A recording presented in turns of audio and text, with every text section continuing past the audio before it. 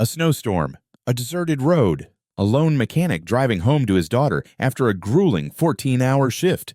But just when he thinks the night can't get any colder, he sees a lifeless figure half buried in the snow. What he does next will change two lives forever and uncover a connection he never could have imagined. This isn't just a rescue, it's the beginning of something far deeper. The snow fell thickly and continuously, turning the rural road into a dangerous expanse of white. Jack Foster squinted through the fogged windshield, burning his pale fingers on the steering wheel as his old pickup truck trudged forward. The heater had stopped working hours ago, making his breath foggy in the freezing cabin. Exhaustion was evident in his eyes after a 14-hour shift at the garage, but thoughts of his 10-year-old daughter waiting at home kept him alert. The radio continuously issued warnings about the worst snowstorm to hit the area in decades. That's when he saw it. A dark figure half buried in the snow on the roadside. He slowed down, looking through the snowstorm. A person motionless. Without hesitation, Jack stopped the car and stepped into the howling storm. The biting cold immediately took his breath away. But he didn't know that this act of kindness would forever change his quiet, struggling life. Jack Foster was a man known for his resilience and sacrifice. At 38, his face bore the wrinkles of someone a decade older. His calloused hands told the story of countless hours spent working under cars at Miller's garage, where he had been employed since dropping out of community college 17 years ago. 3 years ago, cancer took his wife Sarah, leaving him to raise their daughter Ella alone in their modest two-bedroom home in the suburbs of Millfield, a forgotten town that the 21st century seemed to have overlooked. Framed photos on the living room wall captured happier times. Sarah's beaming smile, Ella playing piano at her first recital, the three of them camping by Lake Millfield. But these memories stood in stark contrast to the current reality. Jack worked 60 hours a week at his main job and any side jobs he could find, but still struggled to pay the remaining medical bills and the mortgage. Sarah's illness had drained their savings, then their retirement funds, and ultimately forced them into a second mortgage. The remaining financial burden was overwhelming, a constant weight on Jack's shoulders that he had to carry silently. The piano that once filled their home with Sarah's music now sat silent in the corner, like a dusty monument to what they had lost. Sarah had taught Ella to play before she got sick. The lessons had stopped during those last difficult months, and both Jack and Ella hadn't touched the instrument since the funeral. Jack didn't want to sell it, though he had considered it during the particularly tough months. It was one of the few remaining tangible connections to Sarah, a reminder of evenings spent listening to her play while he and Ella danced around the living room. "Dad, when can I start learning again last week?" Ella had asked, her tiny fingers gliding over the silent keys. "Soon, sweetheart," Jack promised, even though he knew it might be a lie. Music lessons are a luxury they can't afford, especially when the electricity bill is overdue and Ella's winter boots need to be replaced. Despite the difficulties, Jack remains calm and dignified. He never complains, never takes a day off, and never misses Ella's school events. The neighbors respect him greatly, although few understand the depth of his struggles. To most people, he is simply a polite, dependable widowed mechanic, nothing remarkable.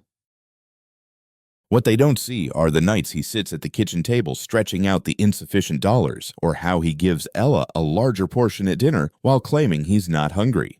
That morning before his shift, Jack received another letter from the bank. The threat of foreclosure grows larger each month.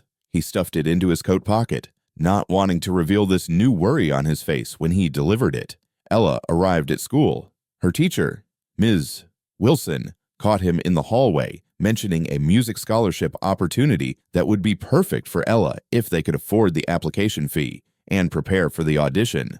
Jack nodded politely, adding it to the ever-growing list of things he wished he could provide for his daughter. Later, his boss reluctantly turned down his request for overtime. Business is pretty slow in the winter. "Jack, you know that. I can barely keep the lights on anymore." So that night, he worked later than usual fixing the shop owner's personal car in exchange for a little cash. The old Chevrolet needed a timing belt and a new water pump, a job that usually took 6 hours. But somehow, Jack finished in 4. knowing every minute counted with his child waiting at home. The shop owner counted out $75 in bills, and Jack gratefully pocketed it. It wasn't much, but enough to cover Ella's upcoming field trip and maybe a small treat. These were the calculations that consumed his time. How to stretch every dollar so that Bill could wait another month. How he could provide that little joy for his daughter. Then a sudden snowstorm hit. Roads closed, and a desperate call to Mrs. Peterson next door to check on Ella. This kind-hearted widow had become incredibly insightful since Sarah passed away, never hesitating to look after Ella when Jack's work schedule required it. "Don't worry about that," she reassured him through the crackling phone line. "She's had dinner and is doing her homework. Drive safely." "Okay, this storm is getting fierce." As Jack drove home, the roads deteriorated rapidly, the snow creating a white veil that made it hard for his headlights to pierce through.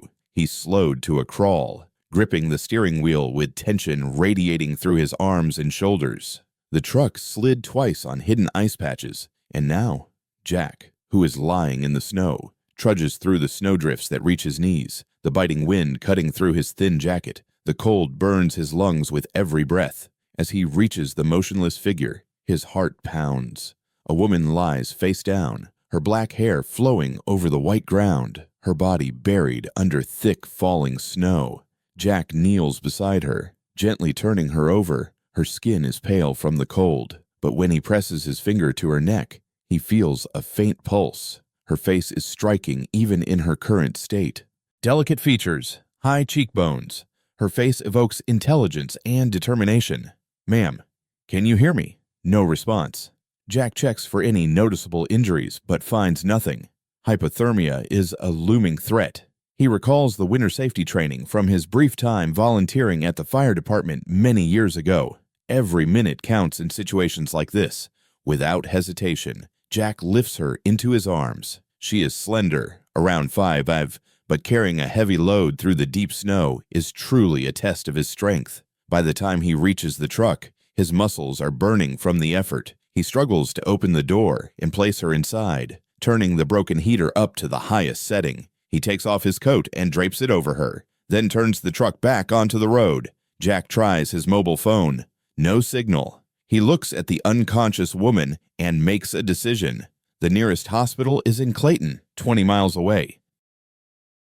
With the weather and roads like this, speed could be up to 200. He shifts the truck into gear and begins to drive slowly toward town.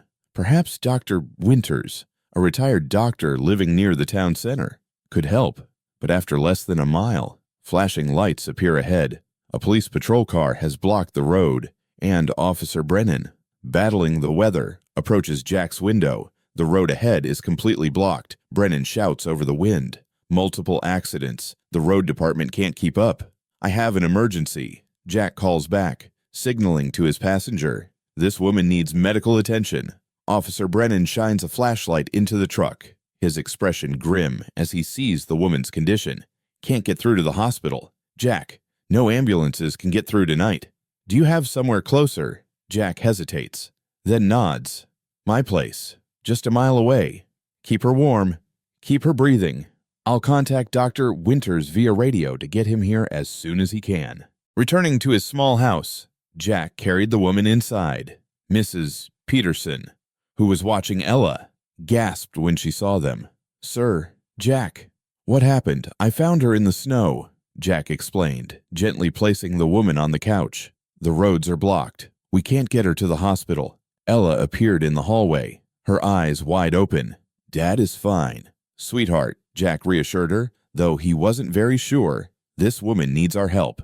She was caught in the storm." Mrs. Peterson helped to take off the woman's wet coat and boots while Jack started a fire. They couldn't find any identification. No wallet, nothing to indicate who she might be. Jack told Ella to get a blanket, while Mrs. Peterson made hot tea to have when the woman woke up. "He needs dry clothes," Mrs. Peterson whispered. Jack nodded and reluctantly went to the closet where Sarah's belongings had remained untouched since she passed away.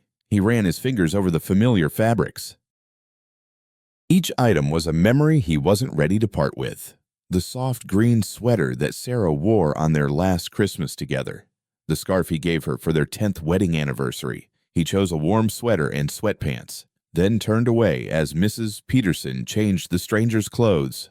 Throughout the night, Jack kept watch. Finally, Mrs. Peterson returned home next door, promising to check in when the sun came up. Ella refused to go to sleep. Instead, she curled up on the armchair opposite the couch, her worried eyes staring at the stranger's face. "Is she going to die?" Ella asked quietly. The question twisted in Jack's chest. "No, sweetheart. She's just cold. She needs to warm up, just like when I fell through the ice last winter." "Similar, but not as bad," Jack reassured her. Although he wasn't sure, the important thing is that we found her in time. Ella nodded seriously, pulling her knees to her chest. "Mom will help her too." "Right. Your mom would be the first one out in that storm," Jack gently said. She would never turn her back on someone in need. The memory of Sarah's compassion hung in the air between them. It was one of her defining qualities, a willingness to help others at any cost. Jack admired that, even though it sometimes frustrated him. You can't save everyone. Sarah. He had once said after she spent all their grocery money to pay a neighbor's electric bill, "Sometimes you have to take care of yourself first." Her answer stayed with him. If everyone thought that way, Jack, what kind of world would we live in as midnight passed? Jack checked the woman's pulse and breath steadily. He gently placed a warm cloth on her neck and forehead, a technique he remembered from when Ella had hypothermia. Gradually, the woman's complexion began to improve. Her breathing became deeper and more regular. Around 3 a.m., Ella finally gave in and fell asleep on the armchair. Jack covered her with a blanket and continued to keep watch. Just before dawn, the woman stirred, her eyes opened. The dark, intelligent eyes registered confusion, then alarm. She tried to sit up, breathing heavily. "Easy now," Jack said gently. "You're safe now. I found you on the highway." The woman stared at him, her gaze sharp despite her condition. Her eyes scanned the room, taking in her surroundings with remarkable focus. There was something almost clinical in her assessment, as if she were cataloging potential threats and escape routes. "Where am I?" Her voice was hoarse but steady. "My home. The roads are closed. I can't take you to the hospital." She seemed to process this information, her body relaxing slightly, although her expression still looked weary. After a moment, she nodded as if she had made a decision. "Thank you," she said simply. "I'm Jack Foster. That's my daughter, Ella." He nodded toward the sleeping child. "Can you tell me your name?" The woman hesitated, almost unrecognizable. "Rachel," she finally said. "My name is Rachel." The morning brought a lull in the storm. The world outside had transformed with snow piling up on the houses. According to radio reports, the roads were still impassable. Jack had quickly called his boss to explain the situation. For the first time, his boss understood. "No one understands. Their cars are being repaired today anyway," he had said. "Take care of your guest." In Jack's small kitchen, Ella sat at the cereal table, watching their guest with unabashed curiosity. Rachel stood by the window, looking out at the snow-covered neighborhood. She was wearing Sarah's clothes, fitting her well, although the sleeves of the sweater were a bit long. "The forecast says the storm will continue through tomorrow," Rachel said, turning to face them. "You're welcome to stay until the road's clear," Jack offered as he poured coffee into a chipped mug. "Not much, but it's warm. I've imposed enough already." "Where are you planning to go?" Ella asked directly. Rachel seemed surprised by the child's straightforwardness. I'm not quite sure yet." "Then let's figure it out," Jack said, ending the discussion. "You will stay." Rachel hesitated, then nodded with a grateful smile. Jack noticed something in that smile, perhaps a hint of relief, but also caution. This woman is very cautious and careful. He wondered what circumstances had led her to that deserted highway during the snowstorm, but he didn't ask further. Everyone has their own secrets and private burdens. He understood that better than most people. All day, Jack observed his guest with silent curiosity. Rachel moved with purpose and precision, speaking carefully and choosing her words unusually cautiously. When Jack returned after shoveling the snow from the walkway, he found her washing the breakfast dishes. "You don't have to do that," he said. "I want to help." "It's the least I can do." Jack noticed her hands. Not soft hands, but not the hands of a laborer either. Everything about her suggested education, refinement, even power. Yet, she had adapted to her modest home without complaint. "What happened last night?" Jack asked before I found you.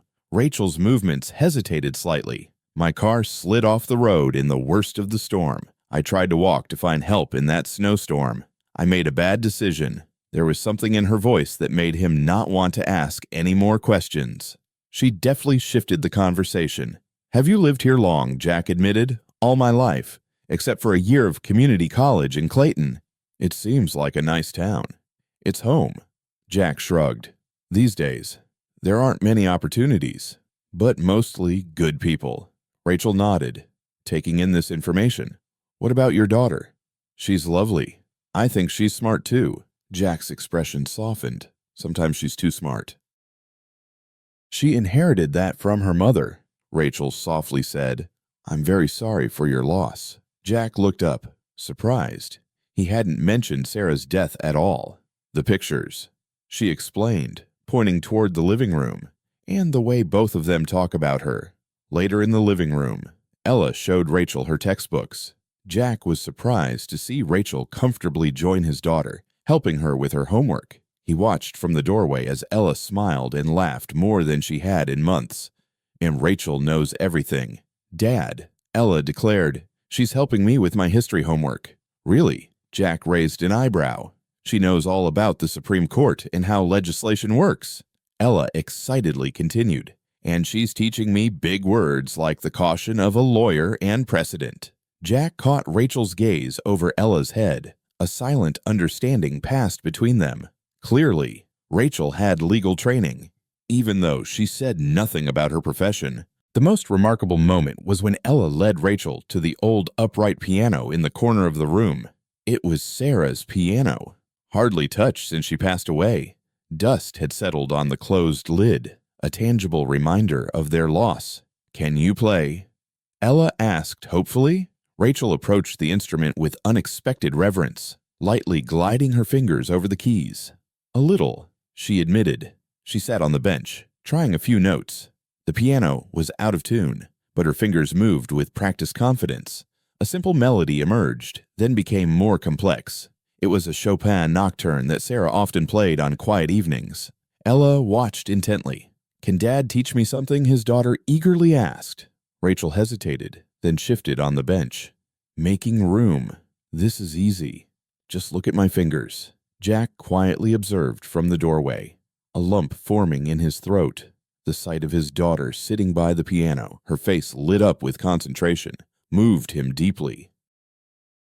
For months, the piano had stood there as a painful reminder. Now, somehow, it had become a bridge, connecting them to a stranger who no longer felt like a stranger. That night, when he put Ella to bed, she whispered, "She doesn't feel like a stranger." "Dad, what do you mean I don't know?" "She just doesn't." Ella yawned. "It's as if she's meant to find us." Jack smiled and brushed his daughter's hair off her forehead. "Go to sleep, kiddo. She'll still be here tomorrow." But as he closed Ella's door, Jack wondered how long Rachel would actually stay. There was something about her, perhaps restlessness or fatigue, that suggested she wasn't used to staying in one place for long. That thought made him more anxious than he wanted to admit. Later, unable to sleep, Jack checked on their guest. Rachel lay resting on the couch, breathing even in her sleep. Her coat hung nearby, and a small wallet had fallen from her pocket onto the floor. Jack picked it up, turning it over in his hands. Morality mixed with curiosity. The wallet might hold answers to questions Rachel seemed reluctant to answer. After a moment of hesitation, he placed it on the coffee table, not touching it. As he turned away, Rachel spoke up, her eyes still closed. "Most people would look." Jack stiffened. "Most people weren't raised by my father." Rachel opened her eyes, studying him in the dim light from the hallway. "You are a good man, Jack Foster. I'm just a mechanic doing what anyone would do."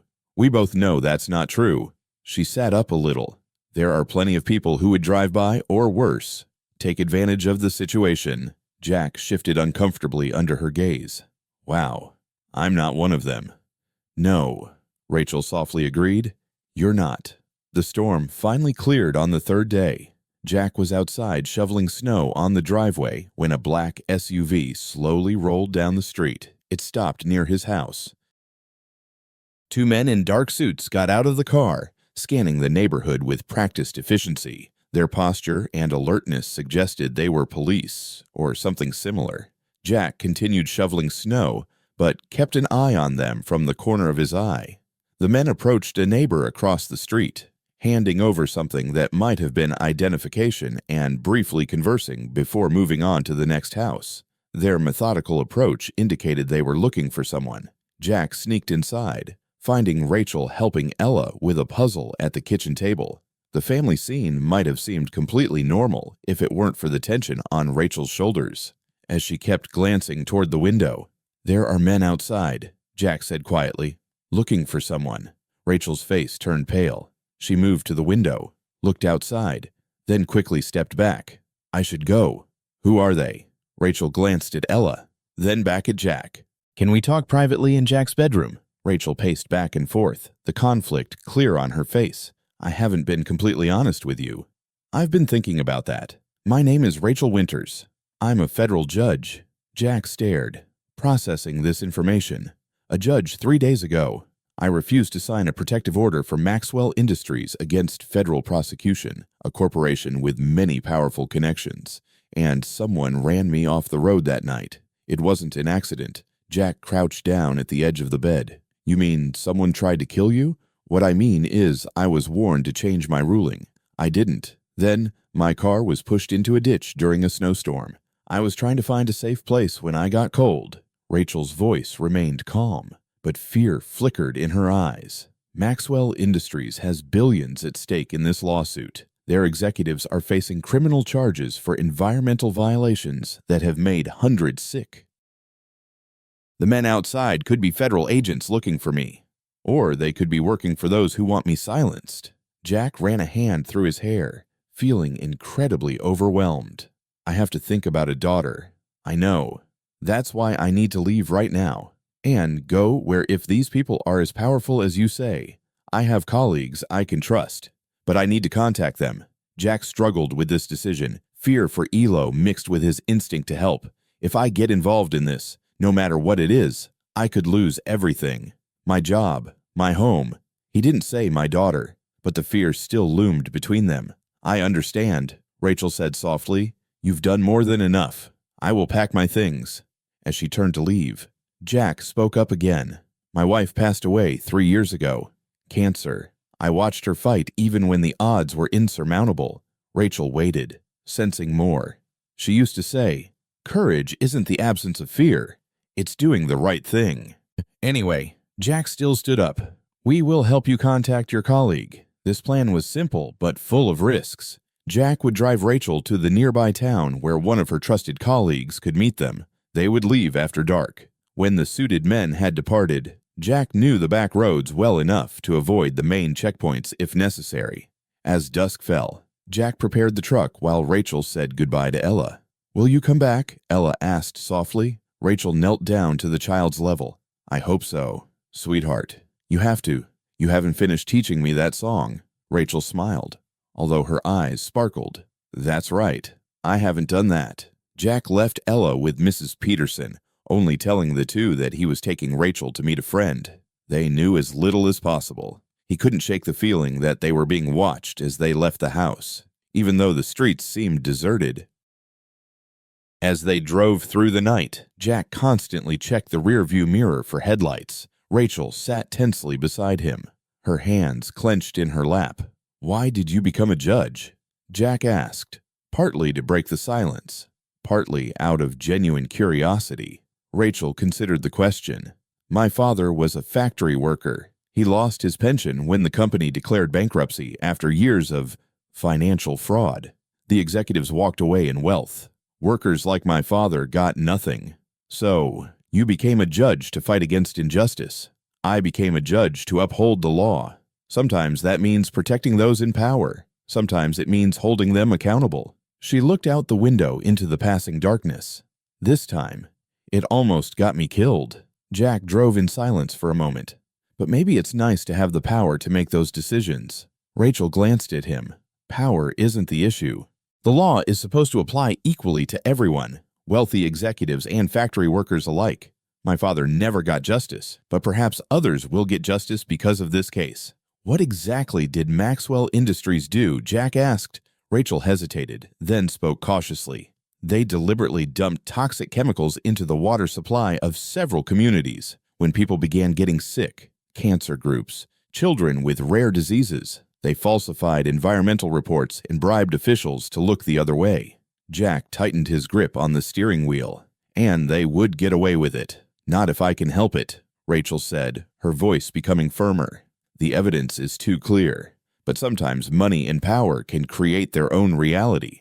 They arrived at the predetermined meeting point, a 24-hour diner off the highway. A silver sedan was already waiting in the parking lot. That's my colleague, Rachel said, Federal Agent Davis. Before getting out of the truck, she turned to Jack. Thank you for everything. Just doing what anyone would do, Jack said, echoing his earlier words. Rachel smiled. We both know that's not true. She reached into her pocket and pulled out a business card, pressing it into his hand. If you need anything at all, call this number. This is my direct line. Jack watched Rachel walk to the waiting car and speak briefly with the driver. She turned back to look once, waved goodbye, then disappeared into the sedan, which quickly drove away. The following weeks returned to normal, or what was considered normal in Jack's life. He worked at the garage, helped Ella with her homework, paid the bills he could. However, something had changed. Ella was playing the piano again, practicing the simple melodies that Rachel had taught her. Jack found himself often thinking about their guest, wondering if she was safe, if her case was progressing. He watched the news more carefully, looking for any information about Maxwell Industries. Nothing until 3 weeks after Rachel left. When the story broke, federal agents raided the corporation's headquarters. Executives were handcuffed and led away. Environmental violations, fraud, conspiracy. The allegations kept piling up. Jack followed the news with increasing interest. When Rachel briefly appeared on the courthouse steps, he found himself stopping the TV, studying her face. She looked different in the judge's robe, powerful, authoritative. Yet, he could still see the woman who had sat by Sarah's piano, teaching Ella those simple melodies. A month later, an official envelope was sent addressed to Jack. Inside, an invitation to a congressional hearing in Washington, D.C., including travel arrangements. Are we going? Dad Ella asked, her eyes wide with excitement. Jack stared at the invitation. Unsure. I don't know. Kiddo. But they are gone. Jack wore the only suit he bought for Sarah's funeral and rarely wore since. Ella wore her best outfit. They had checked into a modest hotel in Washington, overwhelmed by the scale and hustle of the city. For a girl who had never traveled more than 50 miles from Millfield, the capital was a whole different world. The next morning, Jack and Ella sat in the hallway of a congressional hearing room. The space buzzed with reporters and officials. At the front, Rachel sat before a committee, calm and authoritative. In her judge's robe, she looked different here, powerful, dignified, but unmistakably not the woman who taught Ella piano in their living room. Judge Winters, the chair of the committee, began. He presented evidence of corruption reaching the highest levels of Maxwell Industries. Before we continue, would you like to add anything to your statement? Yes, Rachel said. Her voice resonated throughout the room. I want to acknowledge that I would not be alive to testify today without the actions of a private citizen, a man who risked his safety to save a stranger during the snowstorm. The room fell silent. Rachel's gaze found Jack in the hallway. I owe my life to Jack Foster, a single father and mechanic from Millfield. He is a model of the best of America. Ordinary people doing extraordinary things, not for recognition or reward, but because it's the right thing to do. Everyone turned to Jack. Ella squeezed his hand, beaming with pride. When I was trapped, injured, and hypothermic, Mr. Foster brought me home. He cared for me, protected me, and then helped me to safety when my life was in danger. He did this despite his own hardships, despite the risk to himself and his family. The chair looked toward Jack. Will you stand, Mr. Foster? The committee wishes to recognize your actions. Jack reluctantly stood up. Cameras flashed. Ella stood beside him, holding his hand tightly. "Mr. Foster," the chair continued, "this country was built by ordinary citizens doing extraordinary things. On behalf of Congress, thank you for your courage and compassion." The consequences came quickly. Local and national media flocked to their small town. Jack was interviewed, reluctantly becoming a temporary celebrity. The auto shop suddenly overflowed with customers wanting that hero to fix their cars. People smiled and nodded as he walked down the street. Children asked Ella how it feels to have a father who is a hero. The school principal called Jack to her office. "The Westridge Foundation has contacted us. They are awarding Ella a full scholarship for their arts program, including a music summer camp." Jack struggled to understand the events that were unfolding. They said Judge Winters appreciated Ella's potential. At the state capitol, the governor shook Jack's hand for a photo. "Our State Department of Transportation may need someone with your expertise and mechanical mindset. Mr. Foster, this position includes comprehensive benefits, a retirement plan, and a significantly higher salary than your current pay." Jack looked stunned. "I'm just a mechanic in a small town. You are the one who saved Judge Winters and helped break one of the biggest corruption cases in a decade. You are exactly who we need."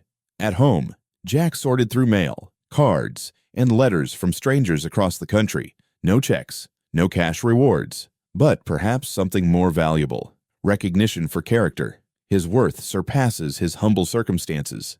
Even the bank called. The threat of foreclosure vanished when they suddenly discovered an error in his account. Jack suspected Rachel had influence, although she denied any involvement when he called to thank her. The justice system doesn't work that way. "Jack," she said, although he could hear the amusement in her voice. "But I'm glad everything is okay." Ella opened an envelope and took out a letter. "Dad, it's a letter from Rachel." Jack took the letter and read it silently. His expression shifted from surprise to a gentle warmth. "What does it say?" Ella eagerly asked. "She's coming to visit next month."